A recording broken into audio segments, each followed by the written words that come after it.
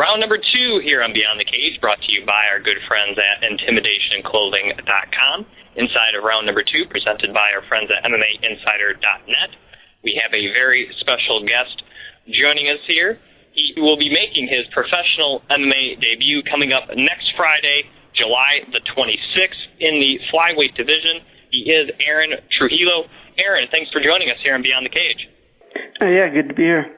And Aaron, as I said, you will be making your professional debut in MMA after a very successful run as an amateur. And even though you have yet to compete in this bout, which again will take place next Friday, July the 26th, has there been anything different in preparation for this fight being a professional fight as opposed to your other fights as an amateur? Oh yeah, the training's been harder. Been a lot more, trying to get a lot more technical. And we're training for 5-minute rounds now instead of 3. So yeah, the training's been more intense. Do you think that difference in the rounds from 3 to 5, do you think that will be a big adjustment for you, or is that something that you'll think you'll be able to breeze through relatively easy? Oh yeah, I think it'll be a big adjustment, but the way we're training now though, I think I'll be fine. That's gonna be different, but yeah, I think I'll be fine. And Aaron, as we look at your opponent, he is Sid Bice, and he will be also making his professional debut. Is there anything that you've been working on specifically to try to defeat Mr. Bice coming up next Friday? No, just been kind of working everything. When I fight, I try not to, look at my opponents and say, they're going to do this, so I got to do this. When I go into a fight, I pretty much take whatever opening I see. But I know he's a wrestler, so yeah, we've been training, a lot from the feet, and I've been doing a lot of stuff, a lot of wrestling defense. All right, Aaron. I know you're out there in Colorado. You're in the Denver area, and training. Obviously, you're training at a mile high. Do you think not only in this fight, but as you grow as a professional and leave the Denver area, kind of your home area, do you feel training in that area being a mile high, is that going to be something that's going to help you as you progress as a professional mixed martial artist? Oh, yeah, big time. Like, what was it, about a month ago, I went to Nashville, and, I trained over there. Yeah, my cardio was just way better down there at sea level. Yeah, I've never been there, but I can imagine that's got to be crazy going from mile high down to just sea level. But I was like, geez, yeah, I wasn't even getting tired. I was like, oh shoot. Maybe you should book more fights in Nashville then. Yeah. We were looking at your record, and we noticed that you had a layoff. It was like a 3-year layoff. Was there any reason for that, or was that just kind of wanted to get your game straight, or what was going on with that? Oh no, I tore my ACL. Oh man. Yeah, so the doctor said, I could, start fighting about a year after, but my knee didn't feel, my leg didn't feel too strong, so I just kind of waited it out. Took about a year and a half, and then finally, it felt 100%. So yeah, I just kind of waited for it to heal. But right now you're 100% as 100% as you can be. Yeah, it doesn't bug me anymore. And Aaron, you're competing in the flyweight division, which Dave and I love the flyweight division. In fact, I think we've said several times that for a UFC card to truly be good, it has to have a flyweight fight on the card. And as a fellow flyweight yourself, what is it about you and other flyweights that makes the division so dynamic? Yeah, I think just the speed and the conditioning. Yeah, speed and conditioning and the only thing I see, I don't know, I see a lot of the, technique. And, we're used to training with bigger guys, so our technique has to be better. And looking at yourself personally coming down to the flyweight, is it a big weight cut for you, or is that something that you walk around close to the limit, or are you doing a lot of intensive techniques to try to get down to 125 pounds?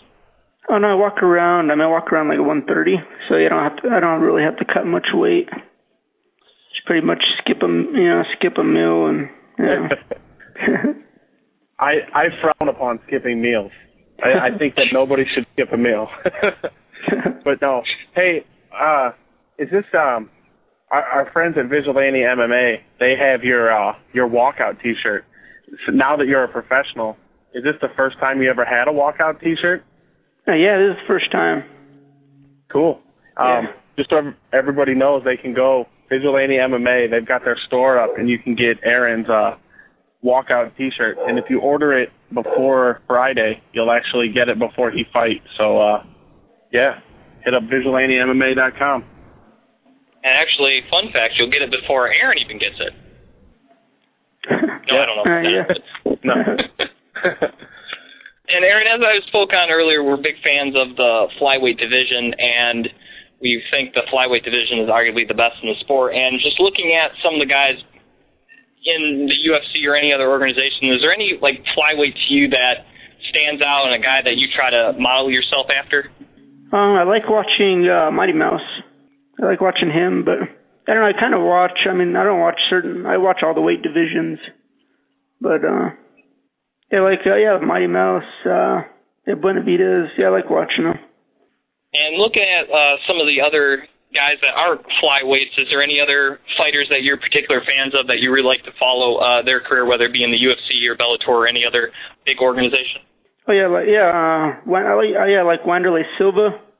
I used to like to watch him in his Pride days. So I like the intensity that he brought. Anderson Silva, John Jones, Mike Tyson. Yeah, I liked watching all those guys.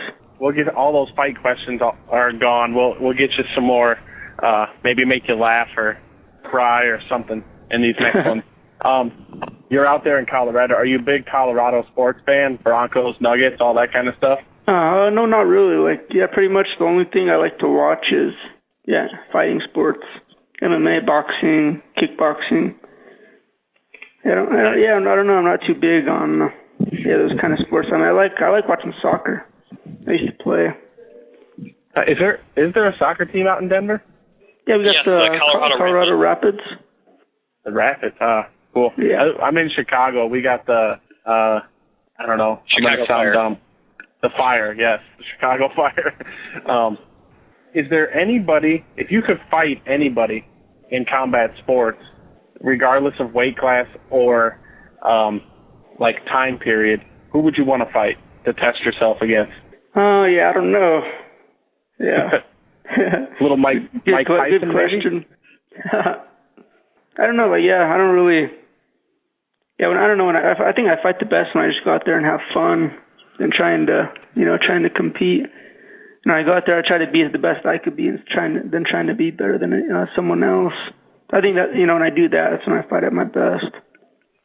And Aaron, as a flyweight, obviously with the UFC now getting the division, do you feel as though when you started as an amateur to now becoming a professional, do you think there's a lot more flyweight fights available to you and that the division as a whole has kind of been more accepted by MMA fans and MMA organizations alike by promoting fights like yours? Oh, yeah, there's a lot more fighters now. I remember when I first started out, it was so hard to find fights. Yeah, I remember my first fight. I mean, I only weighed 115 pounds. I went to weigh-ins and the promoters said I had to be within 6 pounds. So I went to the gas station and got a gallon of water, chugged it before weigh-ins. But yeah, the flyweight division, it came a long way. I'm excited about the lighter weight classes. A lot of fighters usually come up in one or two disciplines, whether it be wrestling or jiu-jitsu or kickboxing. Was there one particular martial art that you came up with, or did you just simply get into MMA in general? Oh, yeah, I started when my dad used to kickbox and do karate kempo. So I was he taught me real young. I think I was 3 or 4, started teaching me. Then, when I turned 8, I started doing taekwondo. And, then I was 15, I went to a different taekwondo school. And that's where they had Muay Thai and Jiu-Jitsu. So then I started getting into that.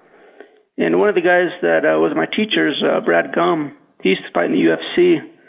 So, he was my teacher, and that's when I started getting into that. And then I took some time off during high school. And, just wrestle. That's when I learned how to wrestle. Just wrestled and played soccer. And I got back into it. Yeah, I think I was 18 or 19 after high school. And, yeah, when I got back into it.